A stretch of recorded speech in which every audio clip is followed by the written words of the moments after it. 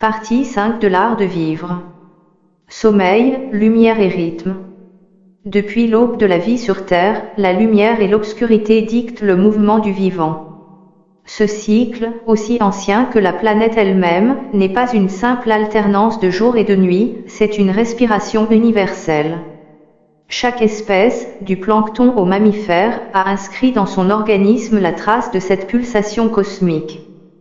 Chez l'être humain, cette mémoire s'exprime dans la régularité du sommeil, de l'éveil, de la faim et de la vigilance.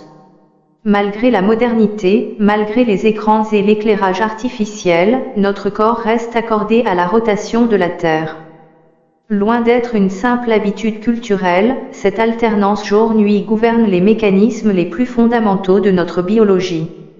Au cœur de chaque cellule, une horloge moléculaire règle les cycles d'activité et de repos. Ces horloges locales, disséminées dans tout l'organisme, sont coordonnées par un chef d'orchestre, une minuscule structure nichée au centre du cerveau, dans l'hypothalamus, appelée noyau suprachiasmatique. Elle reçoit directement les signaux lumineux captés par la rétine et envoie, à travers les nerfs et les hormones, le rythme à suivre à l'ensemble du corps. Ce système est ce qu'on appelle le rythme circadien, du latin circadiem, autour du jour. Chaque 24 heures, cette horloge biologique ajuste la température corporelle, la sécrétion hormonale, la tension artérielle, l'appétit, la vigilance et même l'humeur. Elle n'est pas rigide, elle s'adapte légèrement aux variations de lumière et d'environnement, mais elle a besoin de repères stables pour fonctionner avec précision. Lorsque ces repères se brouillent, c'est tout l'organisme qui se dérègle. Aujourd'hui, la plupart des êtres humains vivent dans une dissociation constante entre leur rythme naturel et leur mode de vie. Nous travaillons tard, nous dînons sous des lumières artificielles, nous consultons nos écrans jusque dans le lit. Ces gestes anodins rompent un dialogue biologique vieux de millions d'années. La lumière bleue des écrans, dont la longueur d'onde est proche de celle du soleil, signale au cerveau qu'il fait encore jour. En conséquence, la production de mélatonine, hormone du repos, est retardée. Or cette hormone est la clé du passage du jour à la nuit. Quand elle s'élève dans le sang, la température du corps baisse, la vigilance diminue et le sommeil s'installe naturellement. Lorsque la mélatonine tarde à être libérée, une autre hormone, le cortisol, continue de circuler. C'est elle qui stimule l'éveil, la concentration et la mise en action. Sa présence en excès pendant la nuit maintient un état de tension interne, le corps croit qu'il doit encore agir alors qu'il devrait se réparer. On s'endort difficilement, le sommeil se fragmente, et au réveil la sensation de fatigue persiste. À long terme, ce simple désalignement hormonal suffit à troubler l'humeur, la patience, la clarté mentale. Le sommeil, pourtant, n'est pas un luxe ni une faiblesse, c'est une opération de maintenance vitale. Pendant que la conscience s'éteint, le cerveau entreprend un travail d'une précision remarquable, il trie, nettoie, réorganise. Des circuits spécifiques, appelés systèmes lymphatiques, s'activent pour évacuer les déchets produits par l'activité neuronale. Ce processus n'a lieu que pendant le sommeil profond. En parallèle, les souvenirs récents sont consolidés, les informations utiles sont stabilisées, les inutiles effacées, les émotions réévaluées. Une seule nuit écourtée altère la mémoire, la coordination et la régulation émotionnelle, plusieurs nuits fragmentées suffisent à provoquer irritabilité, erreur de jugement, baisse de morale. Sur le plan métabolique, le manque de sommeil perturbe l'équilibre entre deux hormones clés de l'appétit, la leptine, qui signale la satiété, et la gréline, qui stimule la faim.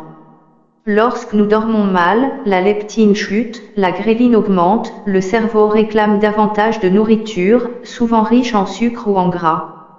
C'est une stratégie archaïque de survie, l'organisme, épuisé, cherche à compenser le manque d'énergie. Mais dans le monde moderne, cette compensation se traduit par un risque accru de surpoids, de diabète et de fatigue chronique. Le sommeil influence également le système immunitaire. Plusieurs études montrent qu'une seule nuit blanche réduit la production de certaines cytokines, molécules impliquées dans la défense contre les infections. À l'inverse, un sommeil réparateur renforce la capacité de l'organisme à identifier et éliminer les agents pathogènes.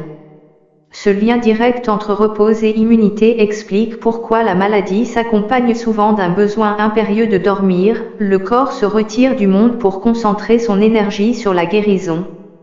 Ces observations ne relèvent pas de la morale mais de la physiologie. Le manque de sommeil n'est pas un signe de courage ni un simple inconvénient, c'est une rupture d'équilibre. Chaque heure manquante se paie par une baisse de vigilance, une humeur instable, un jugement altéré. Or notre société valorise souvent la performance continue, la disponibilité permanente. On vante les nuits courtes, on glorifie la productivité, comme si la fatigue était une faiblesse à combattre. Pourtant, le cerveau humain ne peut pas maintenir une attention soutenue sans repos, il s'épuise, et avec lui, la clarté intérieure. Dormir, c'est donc bien plus qu'interrompre l'action, c'est régénérer les conditions de la lucidité. Le sommeil profond restaure l'équilibre entre émotions et raison, il nettoie les excès d'excitation nerveuse accumulés dans la journée. Sans cette alternance, la conscience devient confuse, saturée d'informations non traitées.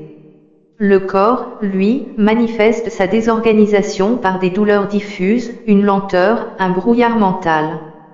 La fatigue chronique n'est pas une simple paresse, c'est une perte de rythme. Lorsque l'on comprend que le sommeil fait partie intégrante du cycle vital, on cesse de le considérer comme un temps mort.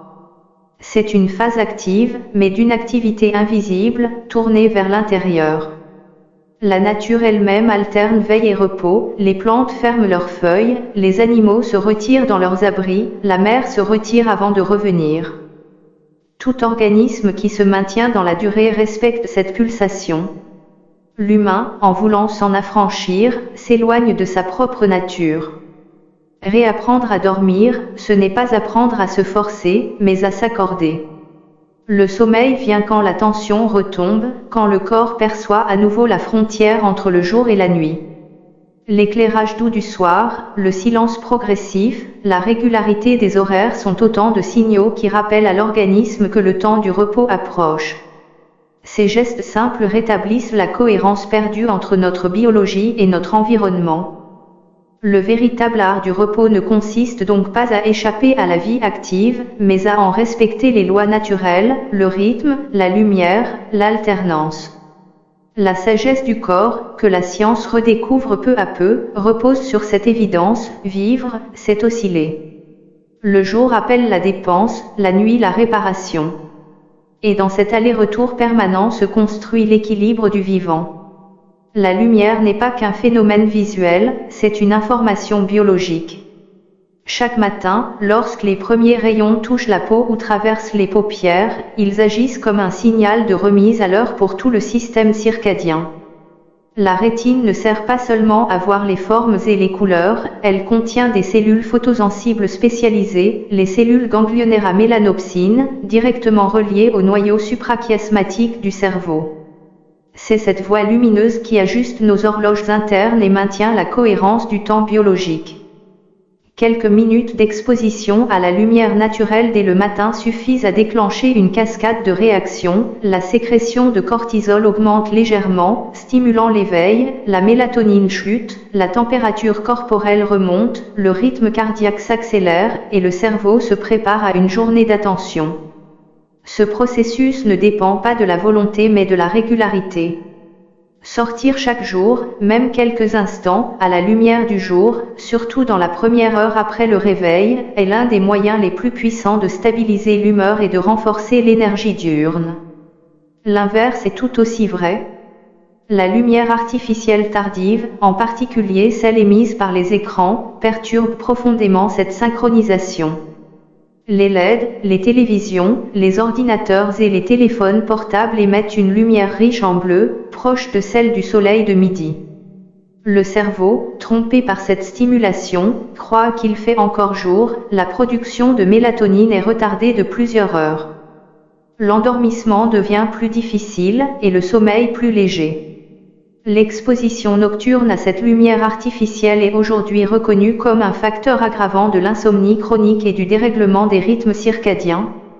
Cette confusion lumineuse est l'un des grands paradoxes du monde moderne. Nous avons conquis la nuit grâce à l'électricité, mais nous en payons le prix en perdant la qualité du repos. Les villes ne dorment plus, les écrans éclairent les visages à toute heure, le cycle naturel du jour et de la nuit s'efface derrière un flux lumineux constant. Pourtant, cette lumière permanente ne nous rend pas plus éveillés, elle nous épuise. Privé de repères, le corps ne sait plus quand ralentir. La fatigue s'installe, insidieuse, et avec elle une forme de confusion intérieure, l'impression de ne jamais être complètement reposé ni totalement actif. Le rapport à la lumière influence aussi l'équilibre psychique. Dans les régions où les journées d'hiver sont courtes, la baisse d'intensité lumineuse entraîne souvent un trouble appelé dépression saisonnière.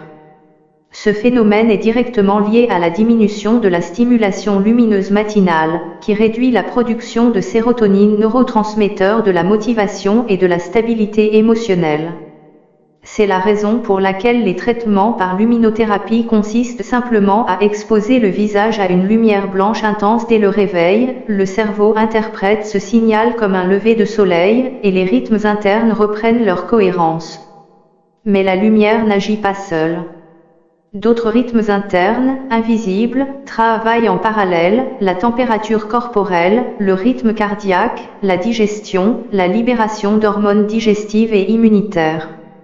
Chacun de ces systèmes possède sa propre cadence. Lorsque tout s'accorde, la journée s'écoule sans effort, quand l'un se dérègle, une dissonance apparaît. Le sommeil devient moins réparateur, la digestion plus lente, la pensée moins claire. Les chercheurs appellent cette coordination générale l'entraînement circadien. C'est un phénomène d'ajustement collectif, les horloges périphériques des organes, foie, pancréas, intestin, muscles, se calent sur celles du cerveau. Mais si les signaux extérieurs changent sans cesse, horaires irréguliers, repas tardifs, voyages, stress, cet alignement se défait. Le cerveau, flexible, tente de suivre, les organes, eux, conservent leur propre tempo. Cette discordance interne engendre une sensation diffuse d'être à contre-temps. On la retrouve chez les travailleurs de nuit ou les voyageurs soumis à des décalages horaires fréquents, fatigue, irritabilité, baisse de performance, troubles digestifs, difficulté à ressentir le moment présent. Il ne s'agit pas seulement d'un malaise subjectif, des études récentes ont montré que la désynchronisation circadienne favorise l'inflammation, perturbe le métabolisme du glucose et augmente le risque de maladies cardiovasculaires. Le corps, privé de repères temporels, perd sa capacité à anticiper les besoins énergétiques. Les organes travaillent en décalé, comme un orchestre dont chaque instrument jouerait sa propre partition. Pour restaurer l'harmonie, il ne suffit pas de dormir plus, il faut redonner une structure au temps. Le corps fonctionne mieux lorsqu'il sait à quoi s'attendre. Des horaires réguliers d'éveil, de repas et de repos offrent au cerveau un cadre stable pour anticiper les tâches biologiques. Loin d'être une contrainte, cette régularité libère de l'énergie mentale, on n'a plus à se battre contre sa propre physiologie. Ainsi, se lever à peu près à la même heure chaque jour, prendre ses repas à intervalles constants et s'exposer à la lumière naturelle dès le matin sont des gestes simples mais puissants. Le soir, baisser progressivement l'éclairage, éviter les écrans et instaurer une transition calme entre activité et sommeil permettent au corps d'entrer dans sa phase de réparation. Ces routines ne sont pas des rituels figés, elles sont le langage même du vivant. Les rythmes du corps ne sont pas là pour nous enfermer, mais pour nous accorder au monde. Ils traduisent un principe fondamental, tout organisme qui dure alterne expansion et retrait, tension et relâchement.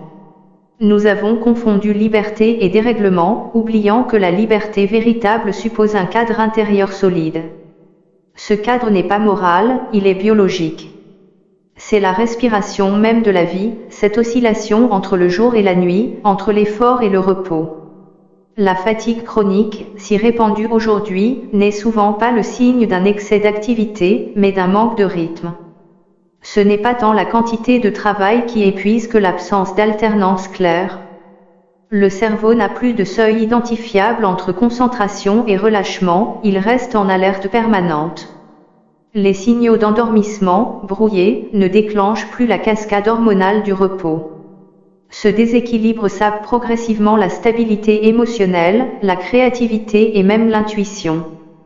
Retrouver un rythme naturel, c'est donc réapprendre à écouter ces signaux élémentaires, la lumière du matin, la baisse d'énergie du soir, le besoin de silence avant la nuit.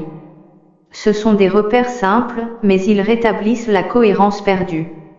Là où la volonté échoue à dormir mieux, la régularité et la lumière réussissent à restaurer l'ordre biologique. Le sommeil n'est pas un acte isolé, c'est la conséquence d'un ensemble d'accords internes. On ne s'endort pas parce qu'on décide de dormir, mais parce que les signaux du corps et de l'environnement s'accordent pour annoncer la nuit. La mélatonine monte, la température baisse, la lumière diminue, la respiration s'apaise.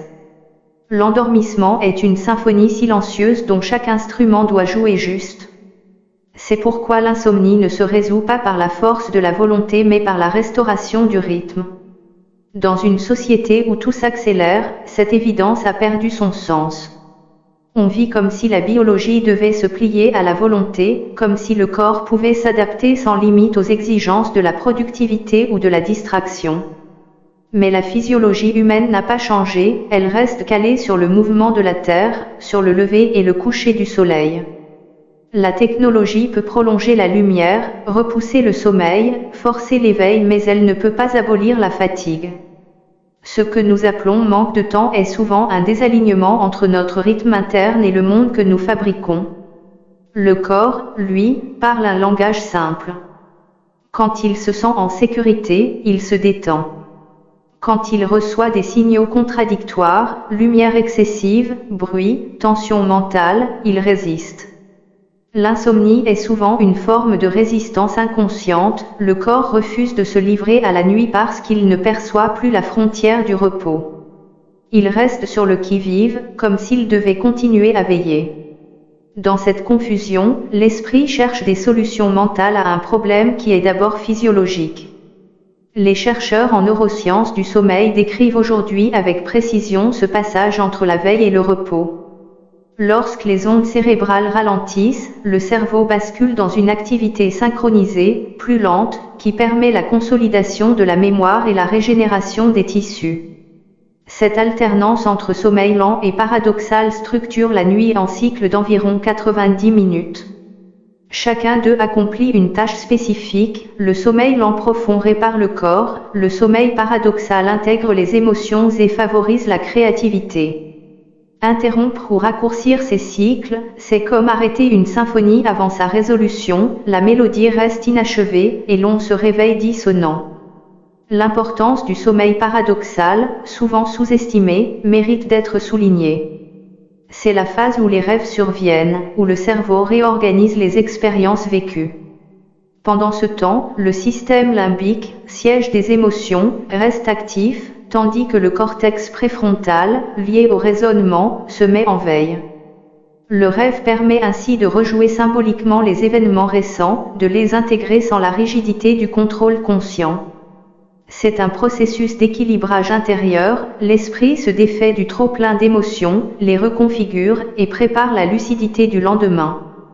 La science redécouvre ici ce que les traditions anciennes pressentaient intuitivement, que le sommeil est un espace de transformation, où le corps et la conscience se réparent ensemble. Les philosophies orientales parlaient d'un repos éveillé, d'un moment où la vie continue de circuler en profondeur tandis que la conscience superficielle s'éteint. Les neurosciences le traduisent aujourd'hui autrement, mais le fond reste le même, la nuit n'est pas une absence, c'est une autre forme de présence. Ce lien entre sommeil, lumière et conscience dépasse la simple hygiène de vie. Il révèle une loi fondamentale, la stabilité intérieure repose sur l'alternance. Le corps, pour rester lucide, doit savoir se taire. L'esprit, pour penser juste, doit savoir s'interrompre. La qualité de nos jours dépend de la qualité de nos nuits. Un esprit surmené finit par perdre la clarté du discernement, un corps fatigué n'a plus la force d'éprouver la joie. Le repos n'est donc pas une récompense après l'effort, mais une condition préalable à toute justesse d'action. Respecter ces rythmes, ce n'est pas renoncer à la liberté, c'est reconnaître que la liberté réelle s'exerce à l'intérieur des lois du vivant. Le rythme n'enferme pas, il soutient. Il ne limite pas, il structure. Une vie sans alternance finit par s'épuiser, comme un cœur qui ne connaîtrait plus la diastole. Le temps biologique, lui, ne ment pas, il réclame ses pauses, ses respirations, ses silences. Celui qui apprend à les écouter découvre que la performance durable, la créativité et la sérénité naissent d'une même source, l'équilibre du rythme. Le sommeil devient alors un maître discret. Il enseigne la patience, l'humilité et la confiance. Il nous rappelle que certaines réparations exigent le silence et que la conscience ne se restaure pas par la volonté mais par l'abandon.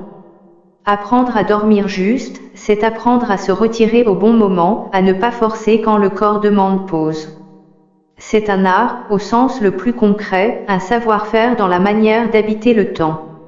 Le matin, quand les paupières s'ouvrent, la lumière inonde de nouveau la rétine et le cycle recommence. Ce simple geste, ouvrir les yeux, réactualise la relation entre l'individu et le monde. La clarté extérieure réveille la clarté intérieure. C'est dans cette continuité, entre la nuit réparatrice et le jour conscient, que se construit l'équilibre du vivant. Ainsi, la lumière et le sommeil ne sont pas des contraires mais deux pôles d'un même système d'information. La lumière ordonne, le sommeil réorganise. L'une éclaire le monde extérieur, l'autre éclaire le monde intérieur. Leur dialogue perpétuel façonne la santé, la lucidité et la paix du corps. Et dans cette alternance silencieuse entre l'action et le repos, se joue, discrètement, une part essentielle de l'art de vivre. Le rythme du corps s'apaise, et la conscience retrouve son équilibre. Dans la partie suivante, alimentation, microbiote et humeur, nous verrons comment ce que nous mangeons influence notre énergie, nos émotions et notre clarté intérieure.